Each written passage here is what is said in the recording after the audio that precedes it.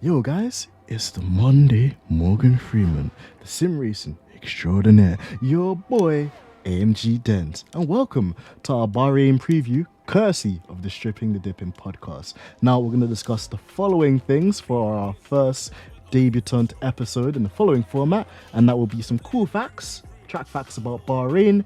We're going to get into our most memorable and favorite moments at the circuit, and then we're going to get into some predictions before also adding our sourcing Hotlaps challenge towards the end. So there's a bit of everything in there for everybody, and I hope that you enjoy this video. Let's get into it. So let's get into some cool track facts. So firstly of all, the Bahrain GP actually has 6 astonishing layouts. There's actually 3 of them that you may recall, because the first one was actually the endurance layout used way back in the day, and it's still used by the World Endurance Championship. Secondly of all, you have the current iteration, which has gone down a treat with most Formula 1 fans now that it's a night race. And you have the third one as well, which is actually an alternative layout, a short circuit, which was used in 2020 for the COVID affected season, where of course they ran an outer loop of Sakhir as well, which is pretty cool. And of course, where Sergio Perez got his first W.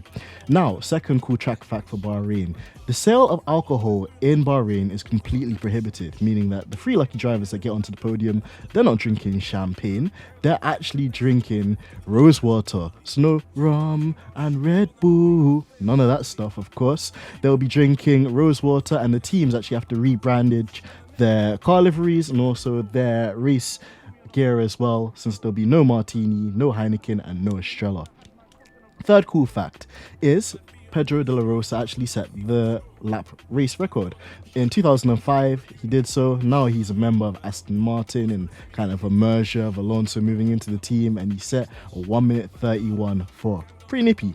And the fourth cool track fact is that there's a 23% chance of a safety car. So you always want to make sure that you're looking at your strategy, that you're looking for a window, because a safety car could come so clutch in the Bahrain Grand Prix.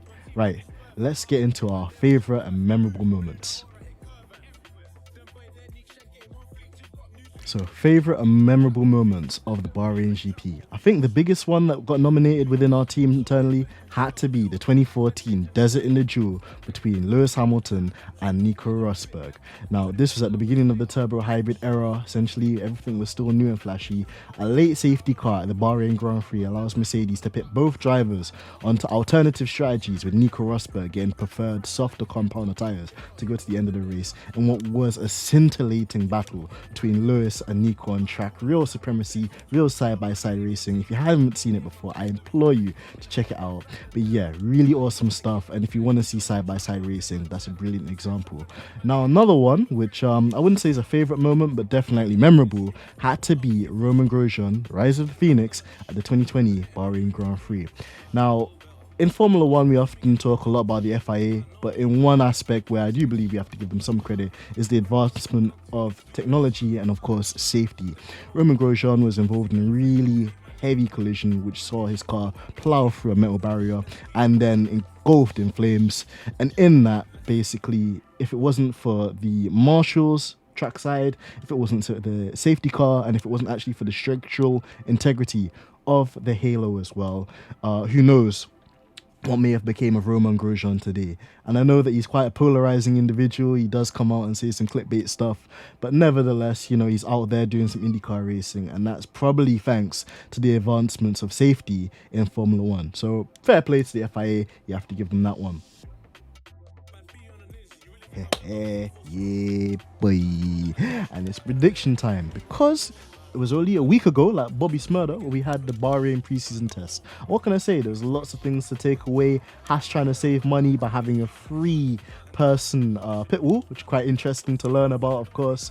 But in more important news, Aston Martin seems like they've closed the gap thanks to Lawrence Stroll's investment in Aston Martin. Inevitably, interesting to see a Fernando Alonso, and I'm predicting a top 6 for Fernando. I'm thinking as well in terms of the top 3. Red Bull seemed to really solidify the gap at the top. RB19 look unflappable. I think Max Verstappen looking strong for the W. But in terms of the second and third positions of the podium, I'm thinking Charles Leclerc for second and my boy Sir Lewis Hamilton to round out the podium steps. I'm loving the W14, by the way, all black. And of course, as well, the porpoising is gone, so that's been interesting to see.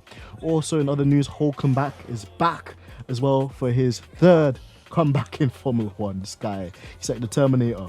And of course, we have other drivers such as Nick de Vries and also a young Logan Sargent as well making his debut.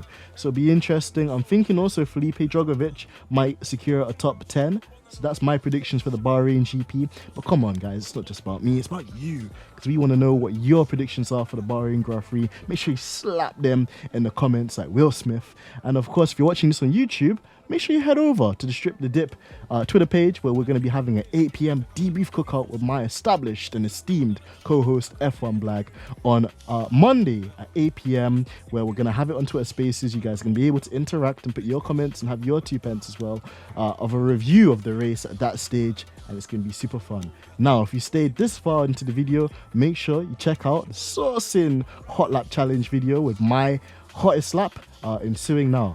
But until then, enjoy your guys' weekend, and I'll catch you guys soon. Boy MG Dents, and I'm out. Enjoy the hot lap. Peace.